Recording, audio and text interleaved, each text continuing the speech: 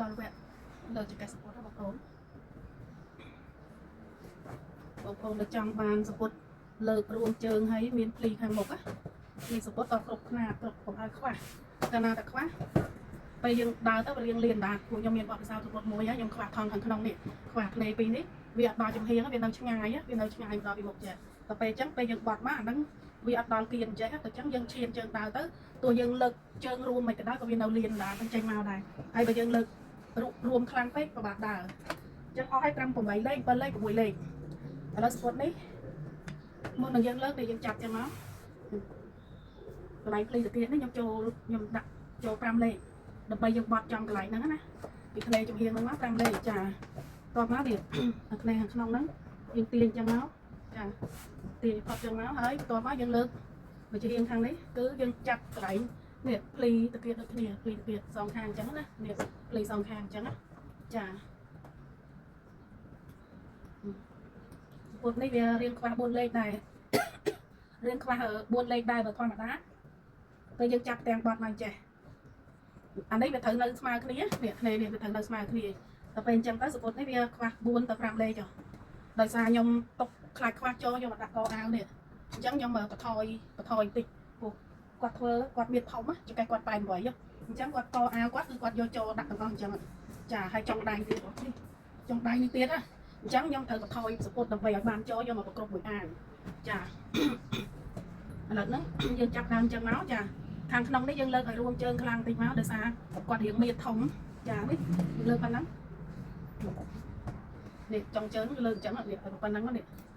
ចាអញ្ចឹងមកលើកវាមកអស់មិនឃើញអស់ទៀតចាចេះមកហ្នឹងហើយឥឡូវហ្នឹងយើងចាប់ដើមសម្រួលខាងនេះមកវិញចាកន្លែងបត់នេះយើងដាក់ឲ្យចំកន្លែង5លេខនេះមកចាហើយយើងឆក់ឡើងកន្លែងហ្នឹងណា5លេខឬ5លេខកន្លះមកចាឥឡូវយើងចាប់ដើមអញ្ចឹងមកហើយដៃយើងគឺយើងច្បូតទៅចេះដើម្បីឲ្យមានភ្លីខាងមុខចាយើងច្បូតអាទាំងបត់ខាងលើហ្នឹងតម្លាក់ចុះចឹងមកកាលណានេះវាដកមកចេះមកណាពេលដែលយើងស្លៀកទៅញែកទៅទៀតទៅសពុតហ្នឹងវាមានភ្លីចាឃើញហើយបងប្អូនដល់ពេលខ្វះថងអានេះវានៅដល់នេះពេលឈានជើងអាចនឹងលៀនដែរតិច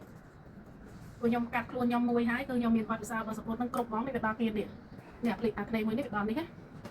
ប៉ុន្តែដោយសារគាត់នេះគាត់មានធំយើងដកចេញប៉ុណ្ណឹងគាត់អីដែរព្រោះកុំឲ្យថងធំពេកមើលទៅឃើញអត់ចេញរៀងណាអញ្ចឹងយើងចាប់ចឹងមក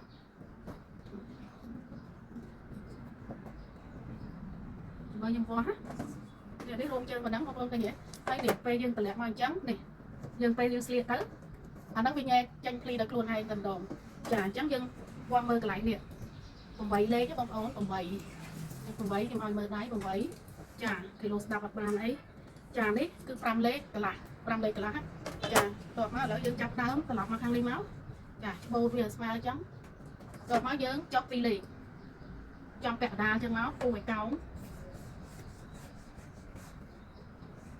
ពីជំនាញយើងទុកប្រហែលជាមួយលេខឬទៅស្ទើរមួយលេខហើយទៅដើម្បីយើងទុកភ្នែកដែរយើងបញ្ចូលចង្កេះណាអញ្ចឹងយើងគូកោងយើងហើយយើងផ្ដាមកមួយទៀតចាឥឡូវបានហើយយើងត្រឡប់មកខាងនេះវិញមកយើងមើលមកខាងនេះវិញអត់ស្មើទេយើងគូឲ្យស្មើមកចាចឹងមកហើយយើងជាចោលទៅអត់អីទេដើម្បីយើងតចង្កេះឡើងចង្កេះបងប្អូនកាត់ចង្កេះកោងបាត់ស្អាតណាបើវាអត់សល់វាអត់ដកចង្កេះណាកាត់ចង្កេះកោងខ្ញុំមានបរិញ្ញារួចហើយនៅក្នុងវីដេអូខ្ញុំពីមុនមានច្រើនចាខ្ញុំចែកម្លែកច្រើនរបៀបកាត់ចង្កេះកោងហ្នឹងចាឥឡូវយើងកាត់ចឹងមកនេះគាត់នឹងអត់សូវមានរៀងទេរបៀបគាត់តែ102ដល់ចង្កេះ88អត់ចាហ្នឹងហើយចង្កេះ88នេះតែនេះពេលស្លៀកទៅបើអ្នកមានតាគៀបគឺញែកខ្លាំងដូចរូបភាពរបស់ខ្ញុំអញ្ចឹងខ្ញុំពាក់ហ្គេតនៃបន្ថែមតិចទៅឃើញស្អាតបាត់ហើយឥឡូវអរគុណច្រើនកុំភ្លេចជួយ share និង follow page អ្នកមួយផងបងប្អូនអរគុណ